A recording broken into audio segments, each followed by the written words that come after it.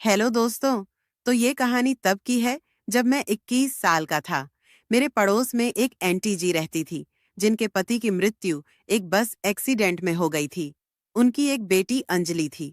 वह अपनी बेटी के साथ अकेली ही रहती थी। वह मुझे अक्सर शाम को घर पर अंजलि को पढ़ाने के लिए बुला लेती थी। अंजलि अभी 9वीं क्लास में थी और वह बहुत ही खूबसूरत थी। मेरी नज़र हमेशा अंजलि पर टिकी रहती थी। उसकी हंसी और खूबसूरती मुझे भा गई थी। एक दिन ऐसे ही मैं उसको पढ़ाने के लिए गया हुआ था। गलती से मैं अपना मोबाइल उन्हीं के घर पर भूलकर मैं अपने घर आ गया था। कुछ देर के बाद मेरी माँ के फोन पर आंटी जी का फोन आया। आंटी जी मेरी माँ से कहने लगी कि रवि अपना फोन यहीं पर भूल गया है माँ। मुझे मेरी लापरवाही के लिए डांटने लगी। जब मैं उनके घर पर अपना फोन वापस लेने के लिए पहुंचा तो अंजलि की माँ अपने आप ही मुस्कुरा रही थी। मेरे हाथ में फोन पकड़ा हुए बोली, रवि तुमने अपने में तो फोन में मूवी तो बहुत अच्छी अच्छी रखी हुई है। मेरे बहुत सारी फिल्में थी, लेकिन आंटी कौन सी फिल्मों की बात कर रही थी ये मुझे पता नहीं चल रहा था। फिर इस बात को पक्का करने के लिए मैंने अनजान बनकर उनसे पूछा, थैंक यू आंटी, मगर आप कौन सी मूवी की बात कर रहे हो? मेरे फोन में तो बहुत सारी मूवी रखी है। वो मुस्कुरा कर बोली, वो वाली आंटी, मैं समझा नहीं। ज्यादा भोला मत बन। तेरी माँ को बताऊंगी तो सब याद आ जाएगा। मैंने तुरंत बात को संभालने की कोशिश करते हुए कहा, नहीं आंटी, आप गलत समझ रही हैं। मैं अपने फोन में कोई भी गलत मूवी नहीं रखता हूँ। आप माँ को कुछ मत कहना, मैं ये सब डिलीट कर दूंगा। आंटी बोली, अरे डरो नहीं, कुछ नहीं कहूंगी तेरी मम्मी को। मैं तो बस मजाक कर रही थी। अच्छा, ये बताओ कि प्रेमिका है? मैंने कहा, नहीं आंटी, अभी तक तो कोई नहीं है। आप मोबाइल दे दो। मेरा मोबाइल मेरे हाथ में देते हुए वह बोली, फोन में लॉक लगाकर रखा करो। मैंने कहा, ठीक है आंटी। फिर मैं अपना फोन लेकर घर आ गया। रात का खाना खाने के बाद सोने लगा तो नींद नहीं आ रही थी। मेरे दिमाग में आंटी की बातें ही घूम रही थीं। उस दिन के बाद से आंटी ने मुझे घूरना शुरू कर दिया। कभी छत पर तो कभी गली में, कभी अपने घर बहाने से बुलाती, कभी मुझे छूने की कोशिश करती थी। ऐसे ही एक दिन जब मैं शाम को उनके घर ट्यूशन देने गया तो मैंने पाया कि आंटी अकेली थी। मैंने पूछा, आंटी अंजलि कहाँ है? आंटी बोली, वह अपने मामा के यहाँ चली गई। मैंने हैरानी से पूछा, कब? आंटी बोली, आज सुबह ही तो निकली है। रात में उसके मामा आ गए थे, उसका भी मन कर गया और सुबह वो उनके साथ ही निकल गई। मैंने कहा, ठीक है आंटी, जब वो है ही नहीं तो फिर मैं जाऊं? वो बोली, आ ही गए हो तो बैठ जाओ, चाय बनाती, तुम भी पी लेना। एक कप मेरे लिए। वो चाय बनाने चली गई और मैं टीवी देखने लगा। आंटी घर में अकेली थी तो मैंने सोच लिया कि यहाँ ज्यादा रुकने में कोई फायदा नहीं है। फिर आंटी चाय बनाकर लाई। जब वह मुझे कफ पकड़ने लगी तो उन्होंने मेरा हाथ भी पकड़ लिया। वह बोली, बहुत मुलायम हाथ है, तुम तो मर्द हो।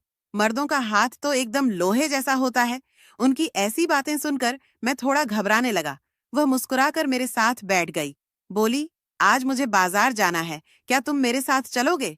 मैंने कहा, आंटी मुझे कुछ काम है, इसीलिए मुझे अभी घर जाना होगा। वह बोली, कोई बात नहीं, जो काम है कर लो, जब फ्री हो जाओ तो आ जाना। अच्छा, तो आंटी ठीक है, मैं चलता हूँ। जब मुझे टाइम मिलेगा तो मैं आ जाऊंगा। मैं बहाना बनाकर वहां से चला गया।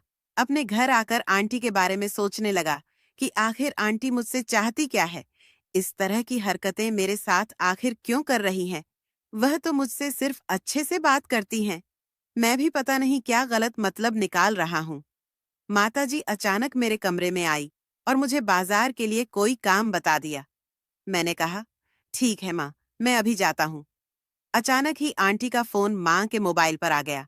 आंटी कहने लगी, मुझे बाजार में कुछ काम है। इतने में माँ बोली, हाँ रवि, बाजार ही तो जा रहा है, तुम चाहो तो उसके साथ चली जाओ। मैं आंटी के साथ जाना नहीं चाहता था, लेकिन माँ के कहने पर मुझे मजबूरन जाना पड़ा। वह मुझे देखकर मुस्कुरा रही थी। मैं भी उन्हें देखकर झूठी हंसी हंसने लगा। मैंने बाइक स्टार्ट की और आंटी मेरे पीछे बैठ गई। जैसे ही बाइक घर से थोड़ा दूर पहुंची, आंटी मुझसे चिपकने की कोशिश करने लगी। मैं बोला, आंटी आप ठीक से बैठो ना। वह बोली, मुझे बाइक पर बहुत डर लगता है, इसलिए तुम्हें कसक पकड़ रखा है। उनकी बात सुनकर मैं खामोश हो गया। पूरे रास्ते वह मुझसे इसी तरह चिपक कर बैठी रही, लेकिन मैं कर भी क्या सकता था। थोड़ी ही देर में हम मार्केट पहुंच गए। मैंने कहा, आंटी, आपको जो भी सामान लेना है, ले लो। मैं भी अपनी सामान ले लेता हूँ। वह बोली, ज्यादा कुछ नहीं चाहिए, थोड़ा सा ही सामान है, तुम जाओ मत, मेरे साथ ही रहो। मुझे मजबूरन उनके साथ रुकना पड़ा। वह एक कपड़े की दुकान पर गई और वहां से नाइटी खरीदने लगी और बार बार अपने ऊपर लगाकर दिखाती और मुझसे पूछती, देखना रवि, ये मुझ पर कैसी लग रही है। मैंने कहा, आंटी, मुझे इस बारे में कोई जानकारी नहीं है। आपको जो अच्छी लगे ले लो। वो कहने लगी, क्यों, कल को तुम्हारी शादी होगी तो अपनी बीवी के लिए नहीं लाओगे? मैं उनकी बातों को सुनकर खामोश हो गया। फिर उन्होंने ने ब्लैक कलर की नाइटी पसंद की और उसे खरीद ली। मैंने कहा, आंटी, अंकल तो अब नहीं रहे, फिर आप यह पहनकर किसको दिखाओगी? वह बोली, अंकल? नहीं है तो क्या हुआ, मेरा क्या दिल नहीं है? मैं उनकी यह बात सुनकर थोड़ा मायूस हो गया और अपने आप में ही सोचने लगा। थोड़ी ही देर में मैंने अपने घर का सामान भी खरीदा लिया और मैं आंटी को लेकर घर आ गया। शाम को आंटी का फोन आया और वह बोली, रवि, क्या तुम घर आ सकते हो? मैंने बहाना बनाया, आंटी, मैंने अभी खाना नहीं खाया है और मैं बहुत थका हुआ हूँ। मुझे नींद आ रही है, मैं सोने जा रहा हूँ। मेरी माँ कहने लगी, एक बार उनके घर जाकर देख तो ले, क्या पता तेरी आंटी को कोई जरूरी काम तो नहीं है। मैं बोला, कल चला जाऊंगा माँ, अभी मुझे सोना है। मेरी माँ मुझे समझाते हुए बोली, बेटे, उनका पति नहीं है और उनकी बेटी भी अपने मामा के घर गई हुई है। वह बेचारी अकेली है, एक बार जाकर पूछ तो ले, शायद कोई जरूरी काम हो। मुझे अपनी माँ के आगे झुकना पड़ा और मैं आंटी के घर चला गया।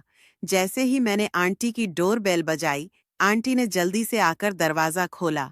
उन्हें देखकर तो मैं हक्का बक्का रह गया। वह उसी ब्लैक नाइटी को पहने हुए खड़ी थी और मुझसे कहने लगी, अंदर आओ रवि, मैं तुम्हारा ही इंतजार कर रही थी। तुमने अपना फोन क्यों स्विच ऑफ किया था? मैं बोला, आंटी, मेरे मोबाइल की बैटरी डाउन हो गई थी। उन्होंने मुझसे बैठने को कहा और मैं सोफे पर बैठते हुए बोला, आंटी, आपको कोई जरूरी काम था? वह बोली, काम तो बहुत जरूरी है। देखो, मेरे खेत कई सालों से बंजर पड़ा है, कोई सिंचाई करने वाला नहीं है। आंटी के मुंह से यह सब सुनकर मैं हैरान हो गया। तभी वह सोफे से उठी और मुझे सोफे पर ही लिटा दिया। अब मैं भी तो एक मर्द हूँ, आखिर कब तक कंट्रोल करता। फिर वही हुआ जो नहीं होना चाहिए था। आंटी जी अपने बेड मुझे लेटा देती है, फिर खुद मेरे ऊपर आके चिपक जाती है। उसके बाद ओ अपनी बंजर जमीन को मेरे हाथ से सहलाती है। इतने ओ एकदम मूड में हो जाती है। फिर ओ अपनी बंजर जमीन पर मुझसे खुदाई करवाती रहती है। मैं भी काफी टाइम से किसी की खुदाई नहीं की थी, तो मुझे भी बहुत मजा आ रहा था। तो दोस्तों, वीडियो कैसी लगी कमेंट बॉक्स में बताएं और भी इंटरेस्टिंग कहानियां सुनने के लिए हमारे आलिया की वॉइस चैनल को अभी सब्सक्राइब करें और हाँ, वीडियो को लाइक करना मत भूले। धन्यवाद।